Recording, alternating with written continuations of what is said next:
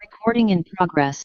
Muy buenos días. Hoy es 4 de marzo de 2026. Aquí tengo las cuentas de que llevamos 62 días del 2026 y nos faltan 303 días. Todavía tenemos 303 días del 2026 para llegar al 2027.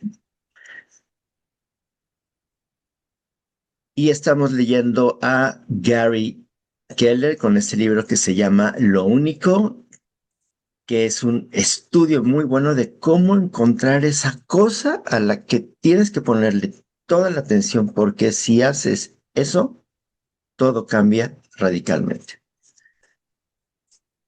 Escuchamos, en un momento llegaremos aquí a donde dice una vida, porque retrasé 30 minutos el audio y qué bueno que están aquí, Lili, Nicolás, Yadi, Lulus, José Manuel, Carla, Ana, Susi, Teresita y Ricardo. Comenzamos. Se celebra por las calles de Austin. ¿Ves cuál es el motivo recurrente que va apareciendo a lo largo de su vida? De competidor a superviviente, de la carrera universitaria a la profesional, y de ahí a una organización benéfica. La pasión de Gilbert por correr se convirtió en una habilidad que le llevó a una profesión que, a su vez, le dio la oportunidad de devolver algo al mundo. La sonrisa con la que saluda a los que corren como él por el circuito que rodea el Lady Bird Lake de Austin simboliza cómo una pasión puede convertirse en una habilidad y cómo juntas pueden impulsar y definir una vida extraordinaria. Lo único aparece una y otra vez en la vida de la gente que tiene éxito porque es una verdad fundamental. Apareció en mi vida, y si te dejas aparecerá también en la tuya. Aplicar la idea de lo único a tu trabajo y a tu vida es lo más sencillo e inteligente que puedes hacer para impulsarte hacia el éxito que deseas. Una vida. Si tuviese que escoger un solo ejemplo de alguien que se ha servido de lo único para construir una vida extraordinaria, sería el del empresario estadounidense Bill Gates. La única pasión de Bill en el instituto eran los ordenadores, lo que le llevó a desarrollar una habilidad, la programación informática. Cuando aún iba al instituto conoció a una persona, Paul Allen, que le dio su primer trabajo y se convirtió en su socio cuando fundó Microsoft. Eso ocurrió a consecuencia de haberle enviado una carta a una persona, Ed Roberts, que cambió sus vidas para siempre al darles la oportunidad de escribir el código para un ordenador, el Altair 800. Y solo les hizo falta esa oportunidad. Microsoft inició su andadura llevando a cabo una única idea: desarrollar y vender el código BASIC del Altair 800, lo que finalmente acabaría haciendo de Bill Gates el hombre más rico del mundo durante 15 años consecutivos. Cuando se retiró de Microsoft, Bill escogió a una persona para que lo sustituyese como CEO, Steve Ballmer, al que había conocido en la facultad. Por cierto, Steve fue el 30º empleado que contrató Bill para Microsoft, pero el primero con el cargo de gerente. Y la historia no termina aquí. Bill y Melinda Gates decidieron poner su fortuna al servicio de mejorar el mundo. Guiados por la creencia de que toda vida tiene igual valor, crearon una fundación con una idea única: abordar problemas verdaderamente difíciles, como la salud y la educación. Desde sus comienzos, la mayoría de las ayudas de la fundación se han destinado a un área: el Programa de Salud Mundial de Bill y Melinda. El objetivo único de este ambicioso programa es aprovechar los avances científicos y tecnológicos para salvar vidas en los países más pobres. Para ello, acabaron centrándose en una única idea: dedicar su vida a erradicar las enfermedades infecciosas como principal causa de mortalidad. En un determinado momento de ese viaje, tomaron la decisión de centrarse en lo único para lograr ese objetivo: las vacunas. Bill explicó esa decisión afirmando: teníamos que escoger qué instrumento iba a causar mayor impacto. La herramienta mágica de la intervención sanitaria son las vacunas, porque se pueden elaborar casi sin costo alguno. Sus preguntas los llevaron por este camino desde que Melinda se cuestionó: ¿dónde puede el dinero causar un impacto mayor? Bill y Melinda Gates son la prueba viviente del poder de ir en pos de lo único. Una cosa. Se han abierto de par en par las puertas del mundo y la vista que ofrecen es asombrosa. La tecnología y la innovación hacen proliferar las oportunidades y las posibilidades se nos antojan infinitas. Esto, por muy inspirador que sea, puede ser también abrumador. La consecuencia no intencionada de tanta abundancia es que nos vemos bombardeados por más información y opciones en un día de la que recibían nuestros antepasados a lo largo de toda su vida. Agobiados y apresurados, en estos tiempos nos persigue una molesta sensación de que tratamos de abarcar demasiado y logramos demasiado poco. Pongo pausa aquí porque tiene mucho que ver con lo que justo acabamos de leer arriba, que dice una vida, ¿no? En un podcast que estaba escuchando, esta persona decía que conoce a muchos multimillonarios, o sea, Zuckerberg, Jensen Huang, que es el que hace las chips Nvidia. Y él decía que todas las personas que conoce que son millonarios, billonarios, principalmente los que conoce en Estados Unidos, de donde es, son los especialistas número uno en una habilidad muy estrecha. O sea, dice, no hay un multibillonario que yo conozca que no sea un experto mundial, o sea, el experto en esa específica área muy, muy angosta. ¿Qué es lo que hace Jensen Juan? Solo hace chips y los mejores del mundo. Los mejores del mundo que ya la empresa de donde compra, que está en esta isla que está junto a China, que ya se acaba el tratado de que estén solitas, Taiwán, eso. Ya están pasando las máquinas a Estados Unidos. Mark Zuckerberg, experto en hacer plataformas de redes sociales y crecer de una forma impresionante. Sea bueno, no el Facebook o el Instagram, pero es lo que hace. Eh, y no quiere decir que no se dediquen a otra cosa. Bill Gates por mucho tiempo fue eso, hacer los paquetes de programación, escribir el código. Gracias a esos códigos la IA existe ahora, ¿no? Pero también al tratar estos problemas del mundo, que para mí es así como que una figura de role model en ese aspecto. Si imagínate qué padre tener todo el dinero del mundo para ir a resolver problemas como la falta de agua, la falta de nutrición, las vacunas que tienen impacto grande. Bueno, solo les quería hacer este comentario porque entre más angosta sea esa habilidad, más la puedes desarrollar y sobresalir de los demás. Continuamos. Percibimos de manera intuitiva que el camino al más pasa por el menos, pero nos preguntamos, ¿por dónde empezar? ¿Cómo escoger de entre todo lo que la vida nos ofrece? ¿Cómo tomar las mejores decisiones posibles, experimentar la vida a un nivel extraordinario y no mirar nunca atrás? Vive para lo único. Lo que sabía Carly lo saben todos los que tienen éxito. En el concepto de lo único radica el secreto del éxito y es el punto de partida para obtener resultados extraordinarios. Se trata de una gran idea sobre el éxito, basada en la investigación y en la experiencia personal, que viene empaquetada en un envoltorio sorprendentemente sencillo. Explicarla es fácil, pero asimilarla puede resultar duro. Así que, antes de que empecemos a hablar con franqueza y de corazón sobre cómo funciona en realidad lo único, me gustaría abordar de manera abierta los mitos y la desinformación que nos impiden aceptar la idea. Se trata de las mentiras sobre el éxito. Una vez que hayamos logrado desterrarlas de nuestra mente, podremos asumir la idea de lo único con una mentalidad abierta y con el camino despejado. Las mentiras nos confunden y nos distraen. A ver, ¿quién puede abrir su micrófono y decir cuáles creen que sean las mentiras sobre el éxito? Díganos, díganos.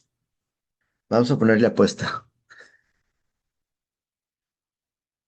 $10,000 para irnos a Colonia el marzo del 27. Adelante, José Manuel. La presión es más fuerte, ¿no? Que cuando estás en el fracaso, ¿no? Que si no aguantas el fracaso, mucho menos el éxito, ¿no? Creo yo. Una creencia, ¿no? Ok, vamos a ver cuáles dice este señor. ¿Quién más nos quiere decir una mentira acerca del éxito? Una mentira mentirosa. Buenos días. Buenos días. Pues yo creo que una de las mentiras del éxito es cuando te mareas, ¿no? Cuando todo el mundo, es muy común que cuando estás en el éxito, pues todo el mundo te alaba, todo el mundo te dice que estás bien, que eres lo máximo y creértela, ¿no? Que eres lo máximo finalmente, ¿no? Entonces yo creo que una de las grandes mentiras es perder piso finalmente. Ok, una consecuencia. Otra mentira por ahí. Muchas gracias, Miguel Ángel. Y buenos días a Roble y Miguel Ángel y Victoria. Vicky Fuji.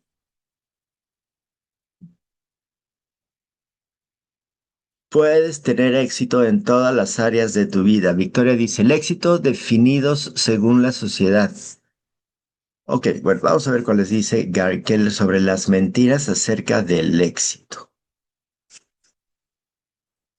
El problema de la pseudo-verosimilitud. Lo que te causa problemas no es aquello que no sabes. Es aquello que das por cierto que no lo es. Mark Twain. En 2003, Merriam-Webster empezó a analizar las búsquedas en su diccionario online para determinar cuál era la palabra del año. La idea era que, dado que las búsquedas online de palabras revelan aquello que tenemos colectivamente en mente, entonces la palabra más buscada debería responder al espíritu de nuestro tiempo. Y apareció la primera ganadora. Justo después de la invasión de Irak, al parecer todo el mundo quería saber qué significaba realmente democracia. El año siguiente encabezó la lista blog, una palabrita inventada que describía una nueva forma de comunicación. Después de todos los escándalos políticos de 2005, los máximos honores se los llevó el término integridad. Luego, en 2006, Merriam-Webster le dio una vuelta más a la tuerca. Los visitantes de su web podían nominar palabras candidatas y después votar a la palabra del año. Podría decirse que fue un intento de darle un toque cualitativo a un ejercicio que era cuantitativo, pero también podría calificarse sencillamente de buen marketing. La palabra ganadora por una victoria aplastante de 5-1 fue truthiness, palabra inglesa de cuño reciente, que sería algo así como pseudo-verosimilitud. Cualidad de algo que se da por cierto sin aportar pruebas. Creíble solo porque se desea que sea cierto. Un término acuñado por el cómico televisivo Stephen Colbert y que definió como una verdad que procede de las tripas, no de los libros, en el primer episodio de su programa The Colbert Report de Comedy Central. En una era de la información caracterizada por recibir noticias las 24 horas, por los vociferantes tertulianos de la radio y por los blogs cuyos textos carecen de toda edición, esa pseudo-verosimilitud comprende todas las falsedades accidentales, incidentales e incluso intencionadas que sencillamente suenan lo bastante verosímiles para que las demos por ciertas. El problema es que tendemos a actuar a partir de aquello que creemos incluso cuando no deberíamos creerlo. En consecuencia, se nos hace difícil asimilar el concepto de lo único, porque ya nos hemos tragado demasiadas cosas más. Y con demasiada frecuencia esas otras cosas nos nublan la mente, confunden nuestros actos y nos apartan del éxito. La vida es demasiado breve para andar persiguiendo quimeras. Es demasiado valiosa para confiar en una pata de conejo de la suerte. Las soluciones reales que andamos buscando se ocultan casi siempre a simple vista.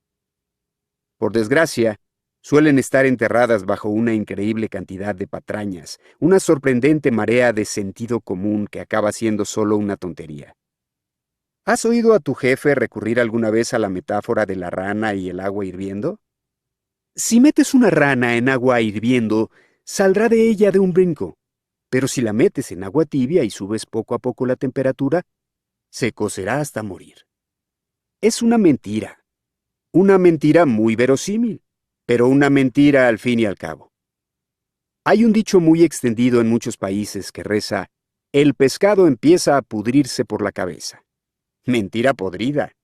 ¿Alguna vez has escuchado la historia de que el conquistador Hernán Cortés quemó sus naves al llegar a las Américas para motivar a sus hombres? No es cierto. Otra mentira. Otro dicho famoso en el mundo de la inversión financiera: apuesta por el jinete, no por el caballo, en el sentido de depositar la confianza en el liderazgo de determinada empresa. Sin embargo, como estrategia apostadora, esta máxima te llevará de cabeza a la ruina. Lo que le hace a uno preguntarse cómo carambas llegó a convertirse en máxima para empezar. Con el paso del tiempo son tantos los mitos y las falsas verdades que han aparecido que acaban por hacérsenos familiares y empiezan a sonar como ciertos. Y luego empezamos a tomar decisiones importantes basándonos en ellos. El desafío al que todos nos enfrentamos a la hora de elaborar nuestras estrategias de éxito consiste en que, al igual que ocurre con las historias de ranas, pescados, exploradores y jinetes, el éxito viene también acompañado de sus correspondientes mentiras. Tengo demasiadas cosas que hacer. Avanzaré más si hago varias cosas a la vez. Tengo que ser más disciplinado. Debería poder hacer lo que quiero y cuando quiero. Necesito más equilibrio en mi vida. Tal vez no debería pensar tan a lo grande. Si te repites estas reflexiones una y otra vez, acaban por convertirse en las 6 mentiras sobre el éxito que te impedirán vivir según el concepto de lo único. Las 6 mentiras que se interponen entre el éxito y tú. 1. Todas las cosas importan por igual. 2. La multitarea. 3. Una vida disciplinada. 4. La fuerza de voluntad está siempre disponible. 5. Una vida equilibrada. 6. Lo grande es malo. Las 6 mentiras son creencias que se nos meten en la cabeza y pasan a ser principios de actuación que nos llevan por un camino erróneo. Autopistas que acaban convirtiéndose en caminos de cabras. Un oro que acaba por ser chatarra reluciente. Si lo que pretendemos es sacar el máximo partido de nuestras posibilidades, tendremos que asegurarnos de que nos libramos de estas mentiras. 4. Todas las cosas importan por igual. Las cosas que más importan nunca deben estar a merced de las que menos importan. Johann Wolfgang von Goethe. La igualdad es un loable ideal que buscamos en nombre de la justicia y de los derechos humanos. No obstante, en el mundo real de los resultados, las cosas nunca son iguales. Puntúe como puntúe un profesor, 2 alumnos nunca serán iguales. Por muy justo que intente ser un árbitro, no hay 2 competidores iguales. No importa cuánto talento tengan las personas, no habrá nunca 2 iguales. 2 y 2 son igual a 4, y a la gente debe tratársela con igual justicia, pero en el mundo del éxito, no todo importa por igual. La igualdad es una mentira. Comprenderlo es la base de todas las grandes decisiones. ¿Cómo decidimos? Cuando tenemos muchas cosas que hacer en el día, ¿cómo decidimos qué hacer primero? De niños casi siempre hacemos lo que hay que hacer cuando llega el momento de hacerlo. Es hora de desayunar, de ir al colegio, de hacer la tarea, de bañarse, de irse a la cama. Más adelante, a medida que crecemos, se nos otorga cierto grado de elección. Puedes salir a jugar siempre que hayas hecho toda tu tarea antes de la cena. Luego, ya de adultos, todo se convierte en optativo. Todo pasa a estar sujeto a nuestra elección. Y cuando son nuestras decisiones las que determinan nuestra vida, entonces la pregunta crucial pasa a ser: ¿cómo tomamos la decisión correcta? Y para complicar aún más las cosas, Cuanto mayores nos hacemos, más va creciendo también la pila de cosas que pensamos que hay que hacer. Estamos sobrecargados, sobrepasados, comprometidos en exceso. Nuestro estado colectivo es el de una agobiante extenuación. Es entonces cuando la pelea por ver qué cosa tiene preferencia se pone peliaguda y frenética. Al carecer de una fórmula clara para tomar decisiones, nos ponemos a la defensiva y optamos por técnicas cómodas y familiares para decidir qué hacer. Las cosas de mayor importancia no siempre son las más llamativas. Bob Hawke. Por consiguiente, seleccionamos estrategias al azar que socavan nuestro éxito. Rebotando de un lado al otro todo el día como un aturdido personaje de película de terror de serie B, acabamos por huir escaleras arriba en lugar de escapar por la puerta, que sería lo lógico. Cambiamos la mejor decisión por una decisión cualquiera, de modo que lo que debería ser un progreso se convierte en una trampa. Cuando todo nos parece urgente e importante, todo nos parece igual. Estaremos muy activos y atareados, pero eso no necesariamente nos acerca al éxito. La actividad muchas veces no tiene nada que ver con la productividad, y estar atareado rara vez tiene que ver con hacer una tarea con eficacia. Como dijo Henry David Thoreau, con estar atareado no basta. Las hormigas lo están. La cuestión es, ¿ocupados en qué? Dejarse el alma para cumplir 1000 tareas por cualquier motivo es un mal sustituto de hacer una sola tarea que tenga algún significado. No todo importa por igual, y el éxito no es un juego que gana quien más cosas hace. Pero así es como la mayoría juega a diario. Mucho ruido pendiente y pocas nueces. Las listas de cosas pendientes son un elemento recurrente en el sector de la gestión del tiempo y del éxito. Todos esos deseos propios y ajenos que nos sobrevuelan sin cesar, los vamos apuntando de manera compulsiva en pedazos de papel cuando tenemos un momento de lucidez, o bien los vamos convirtiendo metódicamente en listas en algún cuaderno. Las agendas y los calendarios reservan un valioso espacio para las listas diarias, semanales y mensuales de cosas pendientes. Cada vez hay más aplicaciones de teléfono móvil para confeccionar listas y los programas informáticos ya las incluyen en sus menús.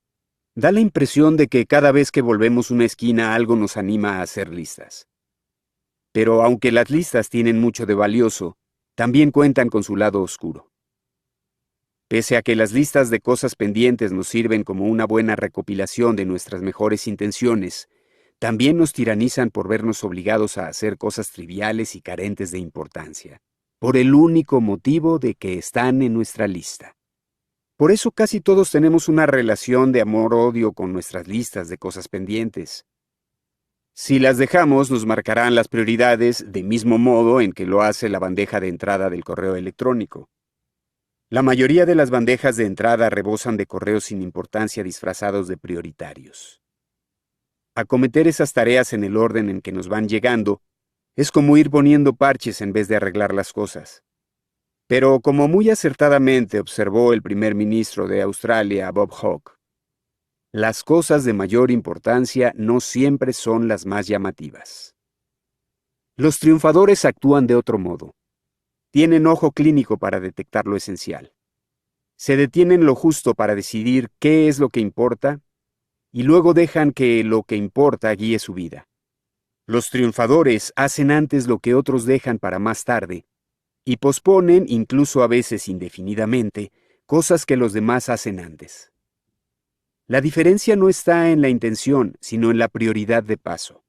Los triunfadores siempre avanzan partiendo de un sentido claro de lo que es prioritario.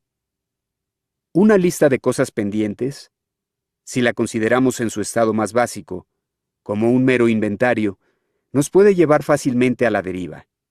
Una lista no es sino las cosas que crees que tienes que hacer, y el primer elemento de la lista no es más que la primera cosa en la que pensaste al redactarla. Las listas de cosas pendientes carecen de manera inherente de todo propósito de éxito. De hecho, la mayoría de ellas no son sino listas de supervivencia. Sirven para ir tirando por los días y por la vida, pero no hacen que cada día sea un peldaño para subir al siguiente y construir de ese modo una vida de ascenso hacia el éxito. Las horas extras dedicadas a ir tachando cosas de una lista para finalizar el día con una papelera llena y una mesa de trabajo pulcra y ordenada no tienen nada de virtuoso ni nada que ver con el éxito. En lugar de una lista de cosas pendientes, lo que necesitas es una lista de éxitos, una lista de resultados extraordinarios creada de manera deliberada. Las listas de cosas pendientes tienden a ser largas. Las listas de éxitos son cortas. Una te empuja en todas direcciones, la otra te dirige hacia una dirección concreta. Una es un directorio desorganizado y la otra es una directriz nítida. Si una lista no se ha elaborado pensando en el éxito, no te llevará hasta él. Si tu lista de cosas pendientes lo contiene todo, lo más probable es que te lleve a todas partes menos a donde de verdad quieres llegar. ¿Y cómo logra un triunfador convertir una lista de cosas pendientes en una lista de éxitos? Siendo tantas las cosas que uno puede hacer, ¿cómo decides qué es lo que más importa en cada momento de cada día? No tienes más que seguir el ejemplo de Juran. Juran descifra el código. A finales de la década de 1930, un grupo de directivos de General Motors hizo un intrigante descubrimiento que abrió las puertas a un asombroso avance. Uno de sus lectores de tarjetas, los dispositivos de entrada de los primeros ordenadores, empezó a producir textos ininteligibles. Al investigar en la máquina averiada, dieron con un sistema para codificar mensajes secretos. En aquel momento aquello fue algo grande. Desde que en la Primera Guerra Mundial aparecieran las infames máquinas de cifrado Enigma alemanas, tanto el cifrado como el descifrado de códigos fueron objeto de la máxima seguridad nacional e incluso de una curiosidad pública todavía mayor. Los directivos de GM no tardaron en convencerse de que su cifrado accidental era indescifrable.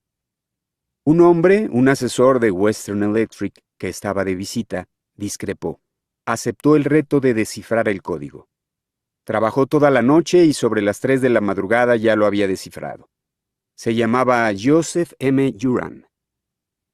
Más adelante, Juran declararía que este incidente fue el punto de partida para descifrar un código más complejo todavía y hacer una de sus mayores contribuciones a la ciencia y a los negocios. A resultas de su éxito descifrando aquel código, un ejecutivo de GM lo invitó a revisar las investigaciones sobre gestión de calidad que seguían una fórmula escrita por un economista italiano poco conocido, Vilfredo Pareto.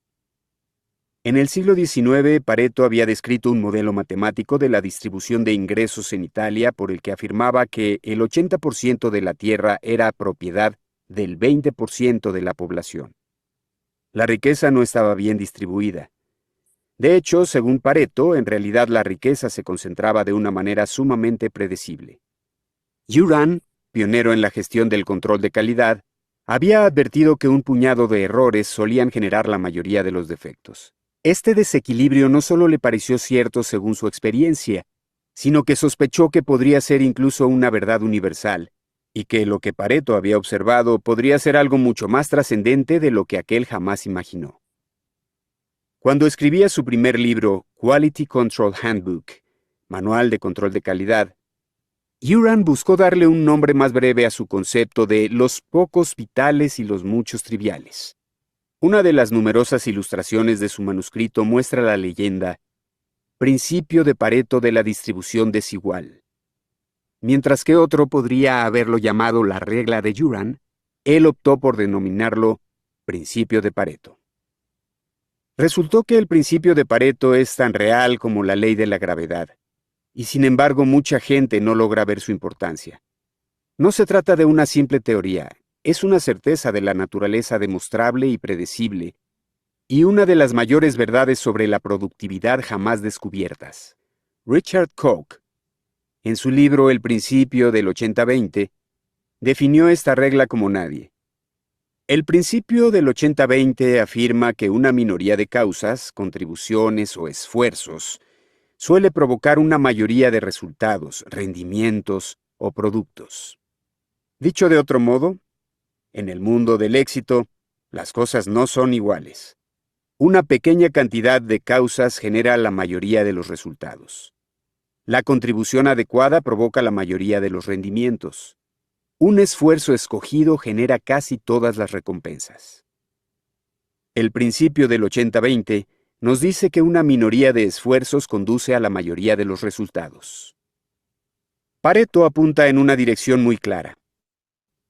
La mayor parte de lo que uno desea será producto de una parte mínima de lo que uno hace. Los resultados extraordinarios son fruto, de una manera desproporcionada, de muchas menos acciones de lo que la mayoría creemos. Tampoco hay que obsesionarse con los números. La verdad de Pareto tiene que ver con la desigualdad. Y aunque se le suele atribuir un porcentaje de 80-20, puede adoptar diversas proporciones. En función de las circunstancias, puede llegar fácilmente a ser de un 90-20, en el que el 90% de tu éxito viene del 20% de tu esfuerzo.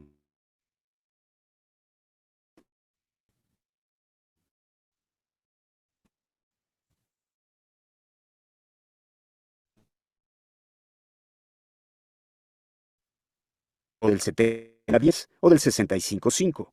Pero hay que comprender que todos estos porcentajes funcionan esencialmente a partir del mismo principio. Se le aplica el principio de Pareto. El principio del 80-20 ha sido una de las reglas más importantes que han conducido al éxito de mi trayectoria profesional. Describe un fenómeno que, al igual que Juran, he observado una y otra vez a lo largo de mi vida. Unas cuantas ideas me hicieron obtener la mayoría de los resultados. Unos cuantos clientes fueron mucho más valiosos que otros. Un reducido grupo de personas generó la mayor parte de mis negocios. Y un puñado de inversiones dieron como fruto la mayor parte del dinero que gané. Mirase a donde mirase, allí estaba el concepto de distribución desigual. Cuanto más aparecía, más atención le fui prestando. Y cuanta más atención le prestaba, más iba apareciendo. Al final dejé de pensar que era una coincidencia y empecé a aplicarlo como el principio absoluto del éxito que es en realidad. No solo en mi vida, sino también al trabajar con los demás. Y los resultados que obtuve fueron extraordinarios. Cosas pendientes. Podría hacer, podría hacer, podría hacer, debería hacer, podría hacer, debería hacer, podría hacer, debería hacer, debería hacer, podría hacer. Éxitos. 1. Debería hacer. 2. Debería hacer. 3. Debería hacer. 4. Debería hacer. Una lista de temas pendientes se convierte en una lista de éxitos cuando priorizas. Pareto al límite. Pareto demuestra todo esto que estoy contando, pero tiene un inconveniente. No llega lo suficientemente lejos. Y yo quiero que vayas más allá. Quiero que lleves el principio de Pareto hasta el límite. Quiero que lo reduzcas todo hasta identificar ese 20% y que luego sigas reduciéndolo hasta encontrar la esencia fundamental de la esencia fundamental. La regla del 80-20 es el principio, pero no la meta del éxito. Tienes que terminar lo que empezó Pareto.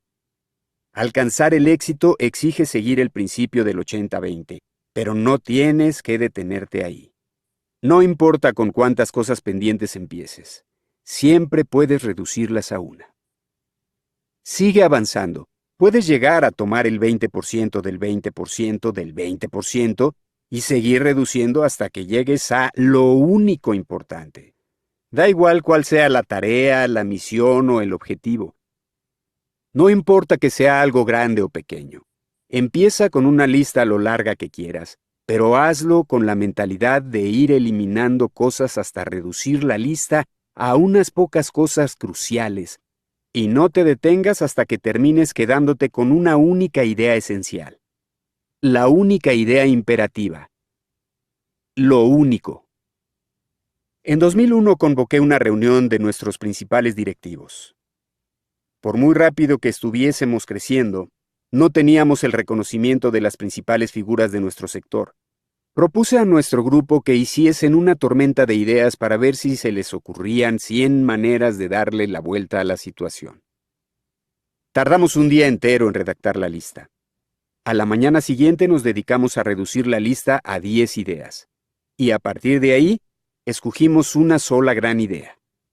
La idea por la que nos decidimos fue la de que yo escribiera un libro sobre cómo convertirse en un actor de primer nivel en nuestro sector.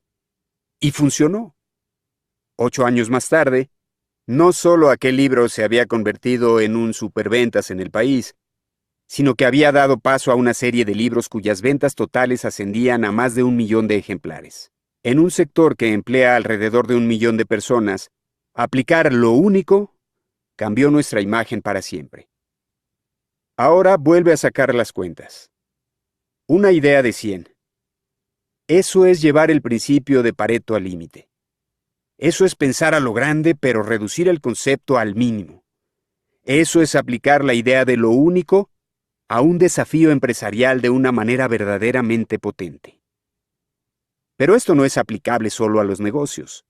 El día que cumplí 40 años empecé a aprender a tocar la guitarra y no tardé en descubrir que solo podía dedicar 20 minutos diarios a practicar. No era mucho, así que me di cuenta de que tenía que limitar mucho lo que aprendía. Le pedí consejo a mi amigo Eric Johnson, uno de los mejores guitarristas que hay.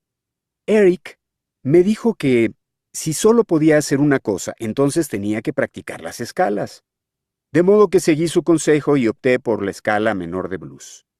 Lo que descubrí fue que si aprendía aquella escala, podría tocar muchos de los solos de grandes guitarristas clásicos del rock, desde Eric Clapton a Billy Gibbons, e incluso tal vez algún día del propio Eric Johnson. Aquella escala se convirtió en lo único en relación con la guitarra y me abrió las puertas del mundo del rock and roll. Descubrirás esta desigualdad entre esfuerzo y resultados en todas las facetas de tu vida con solo buscarla. Y la aplicación de este principio te abrirá las puertas del éxito en cualquier asunto importante donde lo busques. Siempre habrá unas cuantas cosas que importen más que las demás. Y entre ellas, habrá una que será la más importante. Asimilar este concepto es como si te diesen una brújula mágica. Puedes recurrir a él siempre que te encuentres perdido o falto de orientación para averiguar qué es lo que más importa. Grandes ideas. 1. Simplifica. No te centres en estar ocupado, sino en ser productivo. Deja que aquello que más importa dirija tus pasos. 2. Llega hasta el fondo. Una vez hayas averiguado qué es lo que importa, sigue preguntándote qué es lo que más importa hasta que no quede más que lo único. Pon esa actividad crucial en el primer puesto de tu lista de éxitos.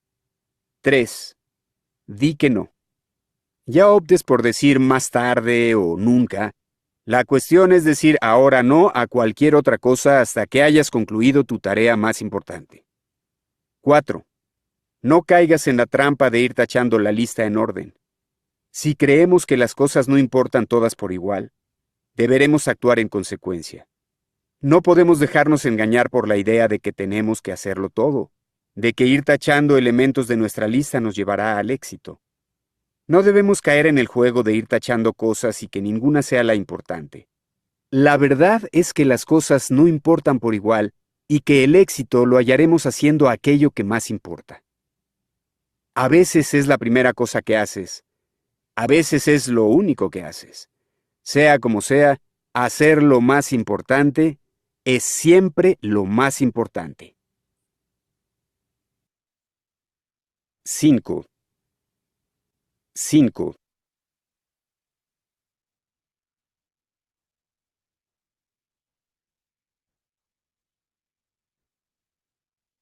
Ahora sí, no se queden sin palabras como yo, por favor. Tenemos 9 minutos para compartir ideas. ¿Cómo les cae esto? A ver, platíquenos. No lo puedo creer. Hola Michael, buen día, soy Belén. Hola Belén, buenos días. Con gusto, adelante. Me quedo muda frente Algo tan importante que precisamente yo en mi experiencia lo estoy viviendo ahora. La depuración no es sencilla.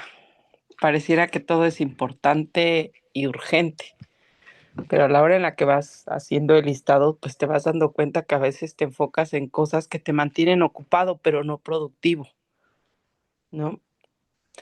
A lo mejor estoy en un error, pero yo a veces le pongo el nombre y digo, lo que no te va a dejar nada, lo que no te va a dar un peso para avanzar en tus compromisos, en, pues en tus obligaciones, pues deséchalo, porque al final del día eso va haciendo que estés ocupado, pero pues que no estés produciendo nada, no estés llegando a ningún puerto, pues a ningún punto.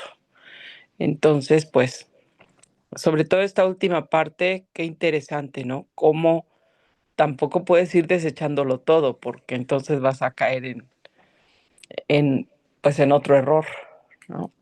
Entonces sí es difícil, pero no imposible. Entonces yo hoy empezaré con ese tema de mantenerme sí ocupada, pero también productiva. Gracias. Muchas gracias, Belén. Sí, y me imagino que vas con el proceso ahorita de la apertura de tu negocio, seleccionar en tu día, ¿no? Porque no alcanza. Tal cual, sí. Interesante. Es difícil, muy difícil. Pero bueno, ya casi. Ya casi, ya casi. Gracias. Por cierto, si quieren ver sobre el principio de Pareto, en el canal de YouTube está ese libro que lo leímos y escuchamos el año pasado, por si le quieren dar una revisada. Bueno, ¿qué más? Cuéntenos, a ver, ¿y qué pensaron de esto, señor Roble? Cuéntenos. José Manuel ya abrió el Yo, micrófono. Adelante, José Manuel. ajá, tengo una duda. Dice ahí que las 5 cosas o cuatro, sí, 5 cosas que pone que para él son, que no te llevan al éxito. Dice que la disciplina, pero ¿por qué la disciplina no te lleva al éxito? O sea, como que no estoy, o sea, estoy en desacuerdo con eso. Que si la disciplina no te lleva al éxito, entonces, ¿cómo llegas al éxito? Ves que en el Bueno, libro viene una parte que menciona como cinco cosas que según él no te llevan al éxito y menciona la disciplina, ¿no? sí, Pero entonces, ¿por qué no te lleva la disciplina al éxito? O sea, no entiendo por qué. No lo entiendo ahí. ahorita vamos a buscar esa parte. A ver en dónde está. Fue al principio de la lectura, como, Y nada más es como antecedente para uno de los subtemas, Mike. Haz de cuenta que uno de los temas de los errores es este es uno de los primeros, que es el tema de, mm, de hacer muchas cosas y uno de los que va a continuar va a ser el por qué la disciplina no te lleva al éxito. Pero no sé en qué página. Ok. Ah, Ah, Bueno, buenos días. Referente al tema de Pareto, pues está muy interesante el hecho del 80-20 que debemos aplicar en todo el sentido, porque el 20% de las acciones te da un resultado del 80%, como está distribuida la riqueza según lo que menciona ahí. Yo creo que, como lo mencionaba anteriormente el libro, gran parte de pues de la riqueza de los millonarios está distribuida de esa forma. Son especialistas en un punto muy específico que eso los permite diferenciarse de los demás y se aplica ese principio. Del 20% de sus acciones generan el 80% de sus ingresos. Esa es mi opinión. ok, gracias, Yadi, gracias, Roble. Gracias por la pregunta, José Manuel. Miguel, Pues muy interesante, ¿no? Muy interesante y muy concreto, ¿no? Yo me quedo con lo que dice el libro de no hagas una lista de pendientes, haz una lista de éxitos.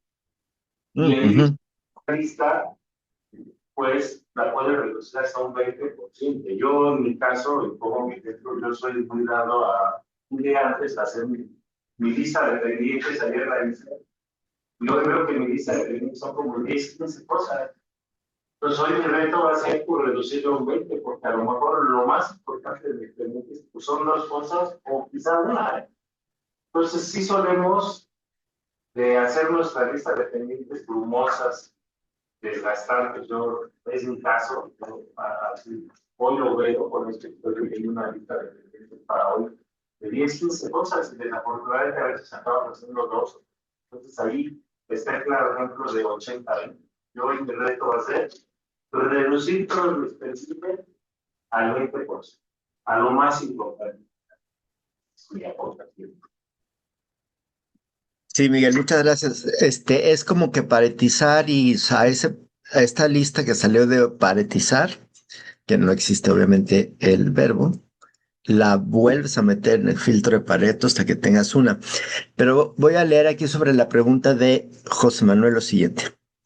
El autor afirma que la idea de que se necesita ser una persona disciplinada a tiempo completo para tener éxito es uno de los mitos más grandes y una mentira. En lugar de eso, no dice que no haya disciplina, pero ahorita vas a ver el cambio. Explica que el éxito no es una maratón de acciones disciplinadas, sino una carrera corta o sprint impulsado por la disciplina hasta que un hábito toma el relevo. Aquí hay unos conceptos clave de por qué la disciplina constante no es el verdadero camino al éxito y dice, el objetivo es crear hábitos, no mantener la disciplina. No necesitamos más disciplina de la que ya tenemos, sino que solo necesitamos gestionarla y aplicarla estratégicamente para desarrollar el hábito correcto. O sea, más que una agenda separada por actividades de 15 minutos en todo el día, el truco consiste en seleccionar el comportamiento adecuado y usar la disciplina selectiva únicamente el tiempo suficiente para que se consolide como una rutina. Hacer lo correcto contra hacer todo correctamente. El éxito no requiere que controles perfectamente cada aspecto de tu vida ni que planees todas tus acciones con antelación. De hecho, el autor señala que el éxito consiste en hacer lo correcto, no en hacerlo todo correctamente. El hábito hace que lo duro sea fácil. Mantener una disciplina férrea en todo momento es agotador, aburrido y casi imposible a largo plazo. Sin embargo, cuando aplicas tu disciplina a una sola cosa durante el tiempo suficiente, supongamos los 66 famosos días, para el hábito, el comportamiento se vuelve automático. Una vez que el hábito se asienta, se consolida, se queda tatuado, requiere mucho menos energía y esfuerzo para mantenerse. En resumen, dice, las personas que consideramos sumamente exitosas y que parecen increíblemente disciplinadas en realidad no lo son. Lo que verdaderamente son es una que han usado la disciplina de manera selectiva para forjarse un puñado de hábitos potentes en su vida. Por lo tanto, el consejo del libro es que no intentes ser una persona disciplinada en todo, sino que uses tu disciplina selectivamente y de un hábito a la vez. Bueno, tengo dos manos Michael, levantadas gracias, de gracias. Yadi. Adelante. Listo. Em, pues el capítulo, la parte de ese tema trae como varios puntos. Uno de los que para mí me hizo como repensarlo y espero retomarlo, es la de la lista de éxitos y la lista de pendientes. Entonces, igual, o sea, no es que no vayamos a tener listas de pendientes y no es que no vayamos a tener estas ideas maravillosas de cómo lograr mejorar algo, ¿no? Pero igual yo creo que para todo hay que ponerle orden. Entonces, yo no puedo decir que no voy a no tener listas de pendientes porque tengo algunas cosas que tengo ahí, pero vale la redundancia, también habría que usarlo de manera estratégica, cómo trabajar esa lista de pendientes sin que sea como tu único margen de criterio de que hiciste algo. Y el otro punto es la lista de éxitos. Es no nada más como así, bueno, es mi lista y ya, ¿no? Sino, bueno, ¿cuál de todo lo que estás programando dentro de cierta área o cierta línea estás visualizando, visualizarías que tendría una mayor ventaja o permitiría como lograr algo importante? Y se trabaja en eso, ¿no? Entonces, bien interesante porque creo que cuando le cambias un poquito de sentido, pudiese incluso esto estar en una lista de pendientes como hacer el libro, pero cuando le cambias el sentido a lista de éxito, entonces la sensación con la que puedes conectar es diferente. No es el deber ser, que es como más en la lista de pendientes, o el tener que, a una lista de éxitos que está en el me gustaría lograr tal cosa, ¿no? Y eso cambia mucho la dinámica y la situación en la que te pones frente a esas actividades. Luego, entonces, otro de los puntos que habla, o sea, yo creo que en esa reunión que hizo con su equipo salieron N cantidad de ideas, ¿no? Porque toda la gente es creativa y trae ideas maravillosas. Y la cuestión es de todo eso alcanzar a tomar una sola cosa. Eh, claro, no significa que las demás cosas no tengan cierta necesidad de desarrollarla, sobre todo si tienes un negocio. No puedo dejar el tema de finanzas, el área de recursos humanos, marketing y otros temas, pero, valga la redundancia, habrá uno dentro de toda esa gama que puede potencializar lo que necesitan hacer, ¿no? Y entonces se ejecutan las acciones más hacia ese punto. Por ejemplo, cuando hay cambios en las empresas, dicen, claro, tenemos que hacer temas de calidad en la empresa, ¿no? Antes no tenían. Entonces, se ve como ese panorama de va a ser más trabajo, tienen que hacer esto, tienen que hacer procedimientos, manuales y lineamientos y todas estas cosas raras, ¿no? Pero cuando lo vemos, o en las empresas que me ha tocado, cuando este tema de calidad se ve como un factor de ventaja, eh, la gente trabaja, o sea, incluso trabaja más, se siente más comprometida, perciben que hay un objetivo claro, incluso un objetivo que impulsa, pese a que pudiese parecer que es un poquito más de trabajo, sobre todo en el proceso de cambio.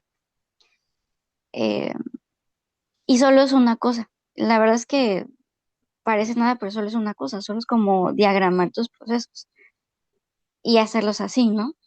Y eso es lo único que se trabaja. Entonces, igual creo que vale la pena renegociar con estos conceptos en el punto de cómo llego yo a visualizar estas cosas en el tengo que hacia un punto en el deseo o me gustaría o esto incluso podría impulsar el sentido de qué cosa que tratas de brindar en esa área o en esa línea, ¿no?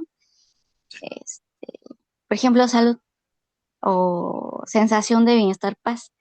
Entonces, hay muchas cosas para lograrla y, bueno, por ejemplo, está el grupo en la mañana de meditar y agradecer y todo eso. Y es una sola cosa que haces, ¿no?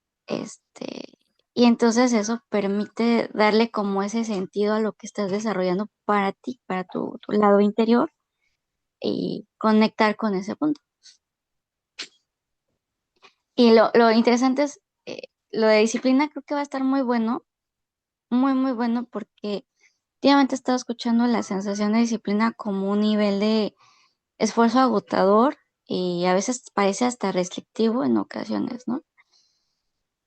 Que es una parte que he escuchado, no significa que no sea, también tenga su lado maravilloso, donde observas que hay ciertas rutinas que te generan estructura, que te generan confort, que sientes esa sensación de control de que constantemente va probablemente a pasar eso que estás esperando, ¿no? Este, pero creo que más que rechazar la disciplina como tal, me parece que viene a hablar de una forma del manejo de las cosas y hacerlas constantes, como de bajarle un poquito a la idea de ser tan ¿Qué tan tareas? obligado, ándale, si tú no eres 100% así, ya no eres disciplinado.